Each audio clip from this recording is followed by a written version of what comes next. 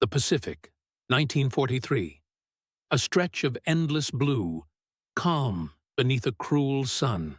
Above it, the sky shudders. A formation of Japanese A6M Zeros carves through the upper air, sunlight flashing off pale wings. Their pilots are confident. They've ruled these skies since Pearl Harbor. The Zeros bank gracefully, disciplined, veterans of countless kills. But today, something different waits for them beyond the clouds. From the east, a darker shape emerges. Bulkier, meaner. The engine sound, deeper, thunderous, like a growl of vengeance. An American F6F Hellcat. It dives hard, sunlight glinting off its dark navy fuselage. 650 caliber Browning machine guns roar as it cuts through the formation. Tracers slice through the blue. A Zero spirals downward, flames trailing in its wake. The Japanese pilots pull up sharply, stunned. This is no sluggish wildcat. The Hellcat climbs with terrifying strength, shrugs off return fire, and dives again. In seconds, the hunters of the Pacific have become the hunted. Over the radio, a voice breaks, disbelief in its tone. The Hellcat rolls, banks, and vanishes back into the glare. For the first time, Japanese pilots realize the balance of the air war has changed. The Empire's sky supremacy, built on the legend of the Zero, is being torn apart by a new beast. This was not coincidence. It was design, forged from loss, refined through necessity, and delivered with industrial fury. Because the Hellcat's birth began not in victory, but in America's darkest months of the Pacific War. When the Pacific War erupted in December 1941, Japan's naval air arm reigned supreme. Its Zero fighters had already proven unstoppable across China and Southeast Asia. Fast, agile, and deadly, the Mitsubishi A6M Zero could outclimb, outturn, and outfight nearly every Allied aircraft it encountered. In the early months of the war, its name became legend, and its victims were many. From the Philippines to the Indian Ocean, the Zero carved a trail of burning wreckage. The U.S. Navy, caught unprepared, fought back with what it had. The F4F Wildcat. Tough, but underpowered and outmatched, it demanded courage to fly against the Zero. Pilots learned to dive away rather than dogfight, to survive rather than dominate. The Wildcat's pilots at Coral Sea and Midway, men like John Thatch, discovered that tactics could balance odds. The Thatch Weave, born from desperation, allowed Wildcats to cover each other against faster, tighter-turning Zeros. But tactics could only carry them so far. America needed a new weapon, something that could face Japan's best and win. Back in Bethpage, Long Island, the Grumman Aircraft Engineering Corporation was already working in silence. Grumman had built the Wildcat, and its engineers, led by Leroy Grumman himself, had learned every lesson from its limits. In late 1941, as the Pacific burned, the team began sketching its successor. They wanted a fighter that could climb like a Zero, hit harder, and still survive damage no Japanese plane could endure. The blueprint was simple: power, protection, and production. When the U.S. Navy issued its request for a new carrier-based fighter, Grumman responded within months. The design was designated XF6F, the prototype that would become the Hellcat. Engineers first planned to use the same Wright R2600 engine as the Wildcat, but early flight tests revealed it wasn't enough. Then came the breakthrough: Pratt & Whitney's R2800 Double Wasp, an 18-cylinder radial monster capable of more than 2,000 horsepower. It changed everything. By mid-1942, while battles raged across Guadalcanal, the first Hellcat prototype took flight. It was faster, heavier, and more stable than its predecessors. The F6F could dive without shuddering, absorb hits without falling apart, and bring its pilot home even when torn by gunfire. It was not elegant like the Zero. It was brutal, a brawler in the sky. The United States was shifting its entire industrial might toward war. Grumman's factories expanded overnight. Workers, men and women, turned out Hellcats around the clock. Assembly lines hummed across New York, fueled by steel, aluminum, and purpose. By 1943, hundreds of Hellcats were rolling out each month, each destined for the decks of U.S. carriers sweeping across the Pacific. The design philosophy behind it was deeply American. The Zero had been crafted for range and agility, at the cost of armor and self-sealing tanks. It was a weapon for pilots who never expected to be hit. The Hellcat was its opposite, a tank of the skies built to take damage and fight on. Its cockpit was wrapped in armor plate, its fuel tanks protected by thick, self-sealing linings. A Hellcat could return to its carrier full of holes and still land safely. When the first squadrons received their new F6Fs in mid-1943, there was skepticism. Could a plane so large and heavy defeat the nimble Japanese fighter that had terrorized the Pacific for 2 years? The answer would soon come over the Solomons. VF-9, flying from the USS Essex, was among the first to take the Hellcat into combat. Their first engagements revealed something astonishing. The Hellcat climbed faster, dove steeper, and could roll out of a fight before the Zero could follow. Its 650 caliber machine guns shredded enemy aircraft in seconds. For the first time, U.S. Navy pilots felt the tide turn. The Japanese pilots were not yet aware of the change. Many assumed they were still facing Wildcats. But the new American plane could take hits their rounds barely dented. Their tight turns and upward climbs, once sure paths to victory, now led them into a deadly trap. What unfolded in 1943 was not merely a new plane entering battle. It was the dawn of a transformation in technology, in training, in the psychology of war. America had learned from defeat, and the lessons had teeth. But to understand how the Hellcat truly changed the Pacific, we must look deeper, through the human stories, the tactical shifts, and the moral contrasts that defined its reign. The story of the F6F Hellcat is not only the story of a machine, it is the story of adaptation, of human resilience, of an empire's rise and its unraveling. To understand its power, we must view it through every lens that defined its dominance. The human, the tactical, the technological, the industrial, the enemy, and the morale. For the American pilot stepping into a Hellcat for the first time, it felt like stepping into armor. The thick cockpit glass, the solid bulkhead behind the seat, the hum of the double Wasp engine, everything breathed confidence. Pilots, who had once fought for survival, now felt they could dictate a fight. The average Hellcat pilot was young, barely out of his teens. He had watched older brothers vanish in the dark months of 1942. Guadalcanal, Wake Island, the Coral Sea, all had taken their toll. But this new aircraft gave them something else: belief. In training fields from Florida to Hawaii, instructors hammered into them the same message. Stay fast, stay above, use the Hellcat's weight and power. They learned to trust the aircraft. Stories spread through squadrons. Men limping home in battered Hellcats, wings shredded, engines coughing, landing safely on carrier decks. The plane earned a reputation not as graceful, but faithful. It brought its pilots home. In combat, that bond between man and machine turned fear into aggression.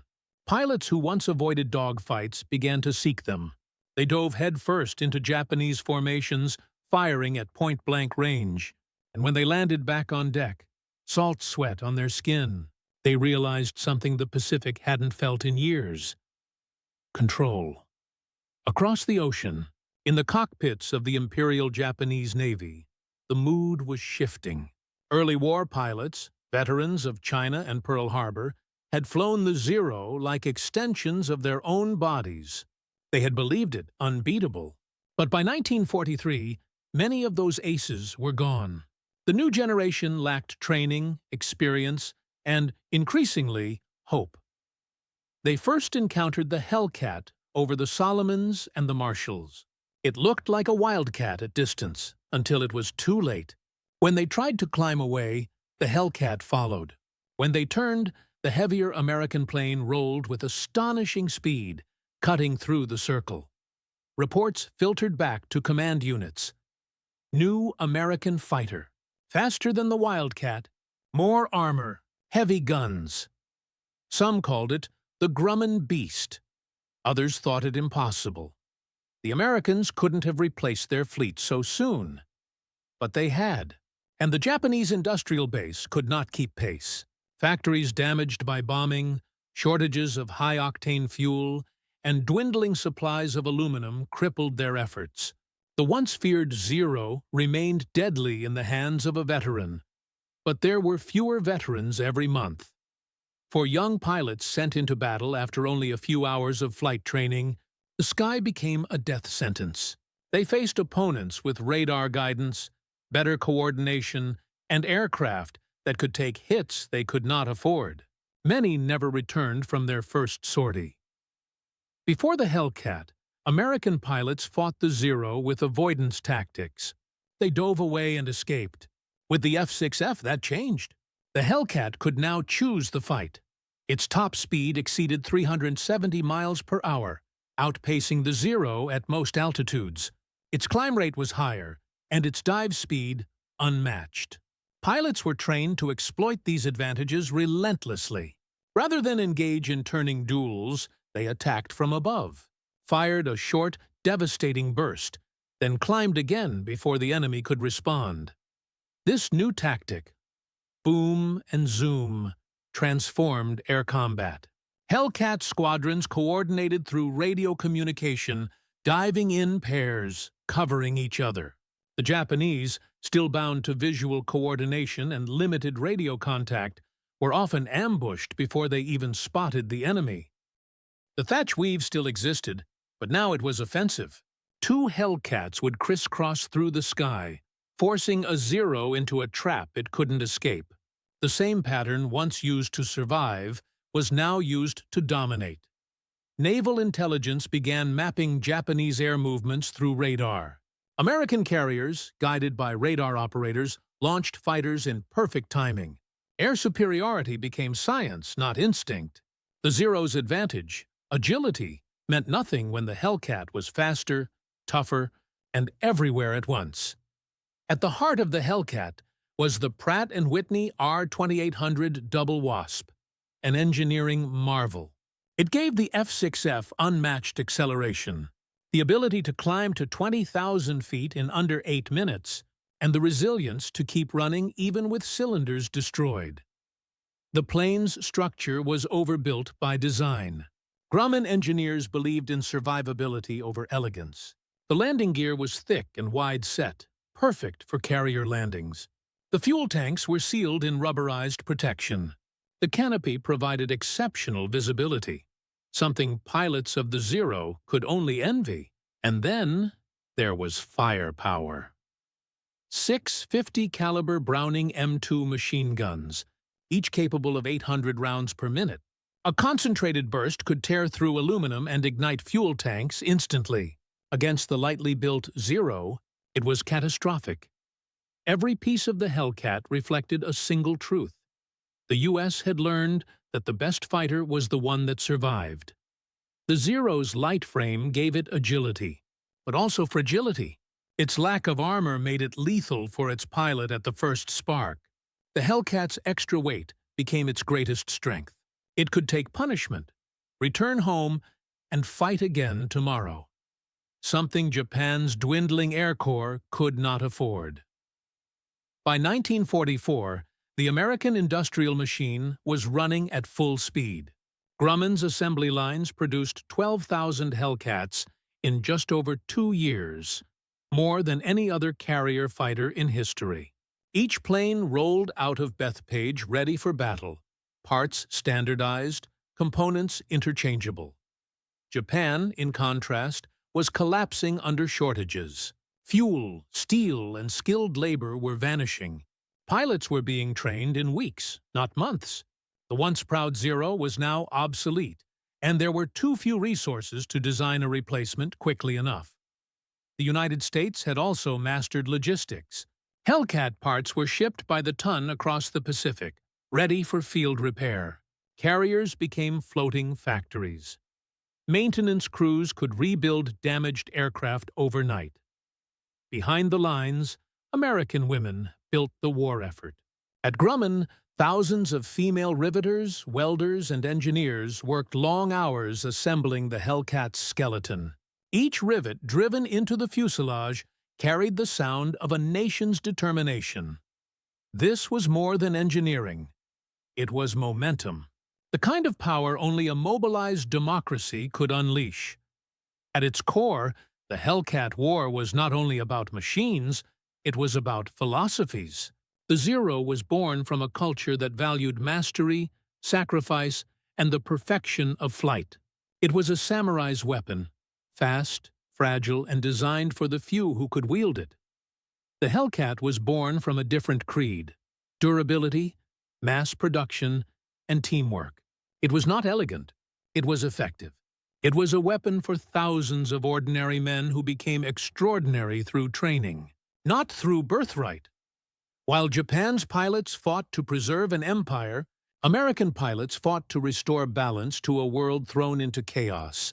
Both sides showed courage, but one side adapted to reality. The other tried to preserve a fading ideal.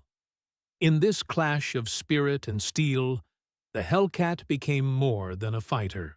It became a symbol of industrial democracy defeating imperial perfectionism. And as 1944 arrived, that symbol would be tested in one of the greatest aerial battles in history, when the Hellcat met the Zero in open skies over the Marianas. June 19, 1944. The Philippine Sea. Morning air was heavy with humidity and exhaust fumes. Below, the largest carrier fleet ever assembled by the United States Navy plowed through a glittering expanse of Pacific blue. Overhead, in the dim light before dawn, the decks of 15 carriers thudded under the weight of aircraft being armed, fueled, and readied for launch. Operation Forager, the invasion of the Mariana Islands, was underway. Its success would bring American bombers within range of Tokyo itself. The Japanese knew this. They sent everything they had to stop it. 4 large carriers, 5 light carriers, hundreds of aircraft, nearly every trained pilot left in the Imperial Navy. But what the Japanese command didn't realize was that the sky above the Philippines was no longer theirs. The F6F Hellcat had come to dominate it. At 10 a.m., American radar picked up the first wave. More than 60 Japanese aircraft inbound from 150 miles away. Large bogey, bearing 320 degrees, came the report. The combat information centers aboard the carriers directed squadrons to intercept. Pilots ran to their aircraft, strapped in, engines roaring to life. From the deck of USS Lexington, Lieutenant Alexander Vrasiu led his division into the sky.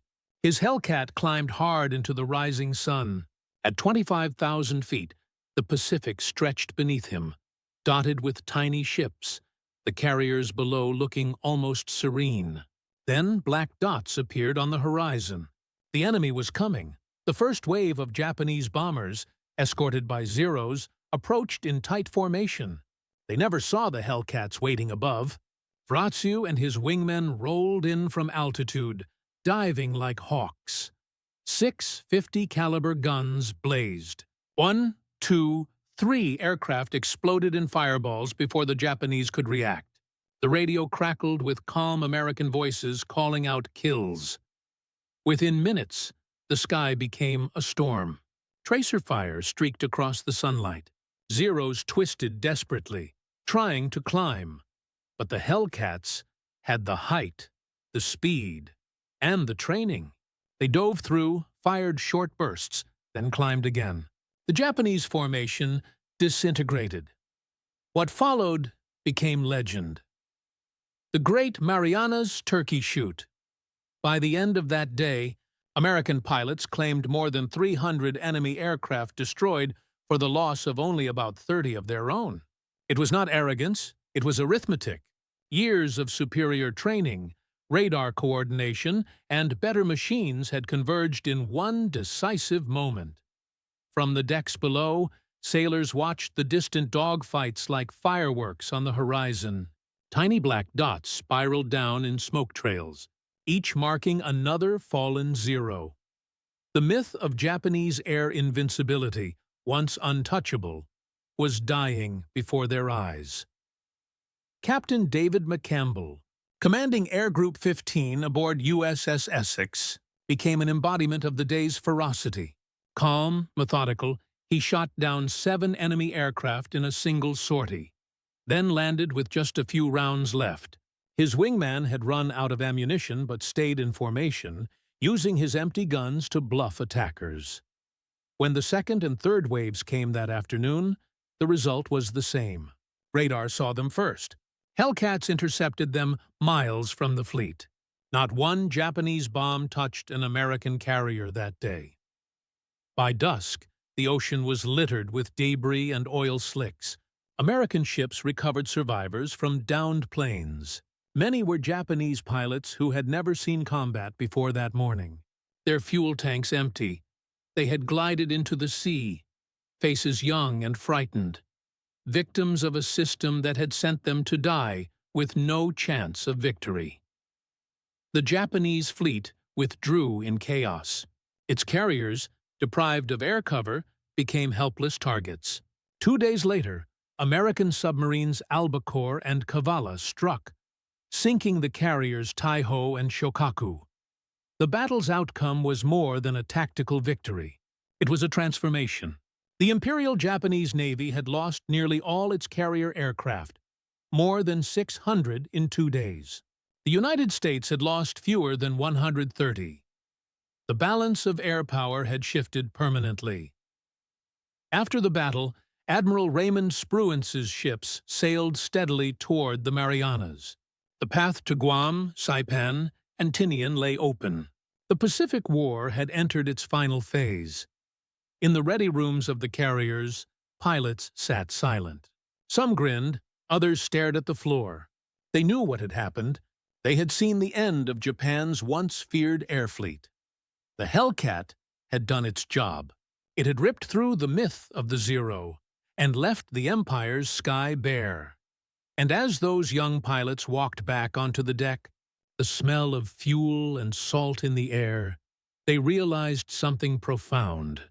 That the Pacific was no longer a battleground of equals. It was now a one-sided war. The roar of the double Wasp echoed across the sea that evening, a sound that marked not just victory, but inevitability. When the sun rose over the Philippine Sea on June 20, 1944, the calm waves hid the magnitude of what had just happened. The Great Marianas Turkey Shoot was not merely a single battle. It was the death knell of Japanese naval aviation. The once feared Zero was now a relic, outclassed in every way. The numbers told a story so stark, it felt unreal. Over 2 days, Japan lost 645 aircraft, nearly all the carrier air power it had left. The United States lost only 123. The kill ratio was an almost impossible 19-1 in favor of the Hellcat. In the annals of aerial warfare, no other fighter achieved dominance on such a scale in such a short time. The Hellcat became the executioner of Japan's air fleet. From the Gilbert Islands to the Philippines, it swept the skies clean. Pilots who once flew with fear now flew with precision, almost scientific in their efficiency. By late 1944, the Imperial Japanese Navy was no longer a threat in the air. Its surviving carriers were stripped of aircraft and used as decoys. Pilots, once trained for months, were now hastily instructed for suicide missions. The kamikaze era began not from strength, but from despair, an acknowledgement that Japan could no longer win by conventional means. In contrast, American naval aviation reached its peak. Carrier groups operated with machine-like precision, guided by radar and coordination unheard of in the early years of the war. Hellcats patrolled high above, escorting bombers, intercepting enemy raids, and supporting amphibious assaults. They became a permanent presence, the sound of the double Wasp engine signaling both protection and dominance. Yet the men who flew them were not immune to what they saw. Many Hellcat pilots, after landing from missions, walked the decks in silence. They had faced waves of inexperienced Japanese pilots, boys, some barely 20, sent into battle with outdated machines and no chance to survive. Victory felt absolute, but not always triumphant. The war in the Pacific continued, and the Hellcat continued its deadly work. Over Formosa, the Philippines, Iwo Jima, and Okinawa, the F6F reigned. It scored more kills than any other Allied fighter in the Pacific, more than 5,000 confirmed. Its pilots earned dozens of Medals of Honor, Navy Crosses, and Distinguished Flying Crosses. But behind every statistic was the weight of exhaustion. Pilots flew multiple sorties per day, under blistering heat, often with little rest. Carrier decks became their world, a floating city of noise, oil, and tension. Mechanics patched bullet holes overnight, refueled tanks, rearmed wings, and sent the same planes back into battle by dawn. As Japan's empire crumbled, the Hellcat became the visible sign of American inevitability. When U.S. Marines landed on Iwo Jima in February 1945, Hellcats flew overhead, strafing pillboxes and suppressing resistance. When the fleet moved toward Okinawa, the same dark silhouettes filled the sky, intercepting kamikazes before they could reach the ships. By war's end, the Hellcat had flown over 66,000 combat sorties. It destroyed more enemy aircraft than any fighter in the Pacific, achieving a combat kill ratio that remains one of the highest in aviation history. But perhaps the greater victory was psychological. The myth of Japanese invincibility, the legend that began with Pearl Harbor and the Zero, had ended in flames. The Hellcat proved that technology, training, and industry could overcome even the fiercest warrior tradition. When Japan finally surrendered in August 1945, many Hellcats still sat on carrier decks, engines idling, waiting for missions that would never come. Pilots who had survived the long campaign returned home. Young men aged far beyond their years.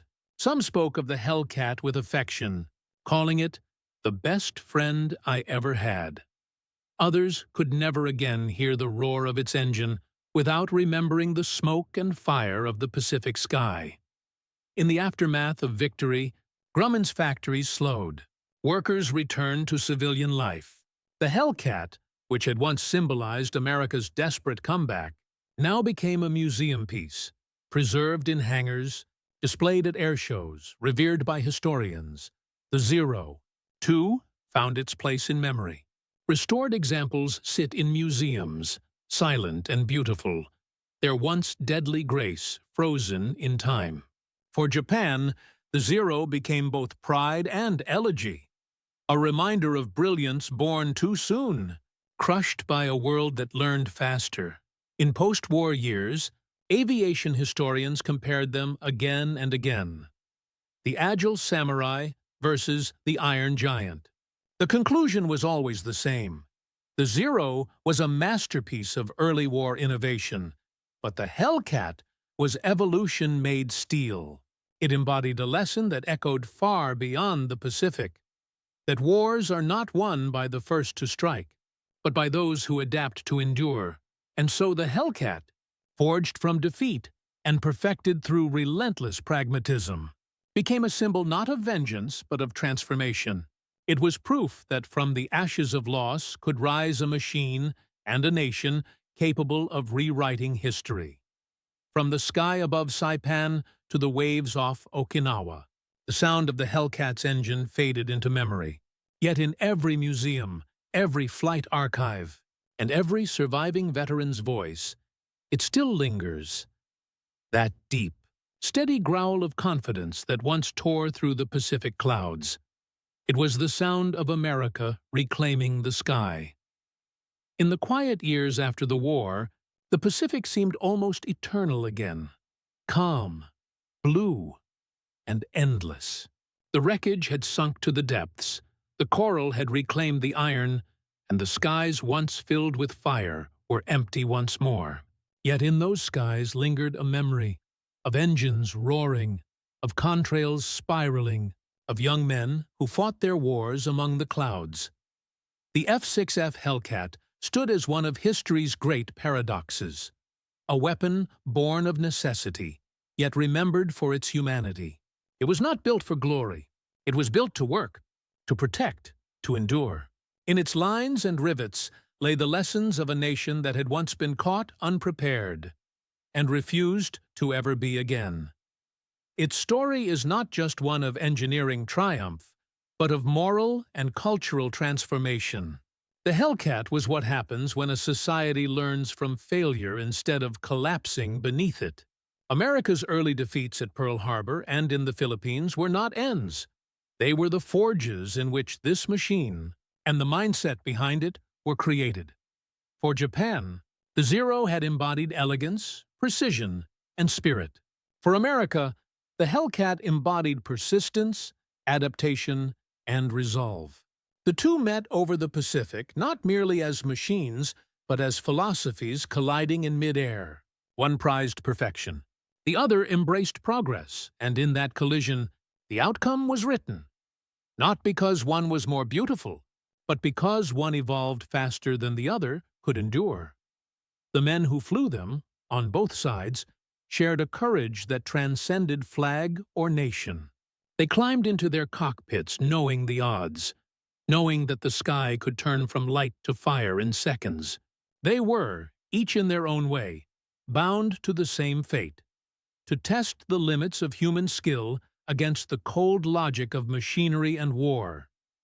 When historians look back on the Hellcat, they see more than a plane. They see a moment when technology, teamwork, and human endurance merged into something unstoppable. The Hellcat didn't just win battles. It redefined what naval aviation could be. It turned the aircraft carrier into the new capital ship of the world's navies and sealed the era of the battleship forever. Today, the few Hellcats that remain rest quietly in museums, their wings folded, their paint faded by time. Yet when their engines start for a commemorative flight, even decades later, that same deep growl fills the air. Steady, confident, unmistakable. For those who hear it, it carries more than sound. It carries the weight of history. The F6F Hellcat was never meant to be legendary, but it became legend anyway, because it proved that the truest power in war lies not in perfection, but in adaptation. And so, above the still waters of the Pacific, one can almost imagine it still. The blue-gray silhouette of a Hellcat banking gently into the sun, its pilot calm, its purpose clear. The engine hums like a heartbeat, a machine born from defeat, flying toward victory. The last echo of a war that reshaped the sky, and the men who dared to master it.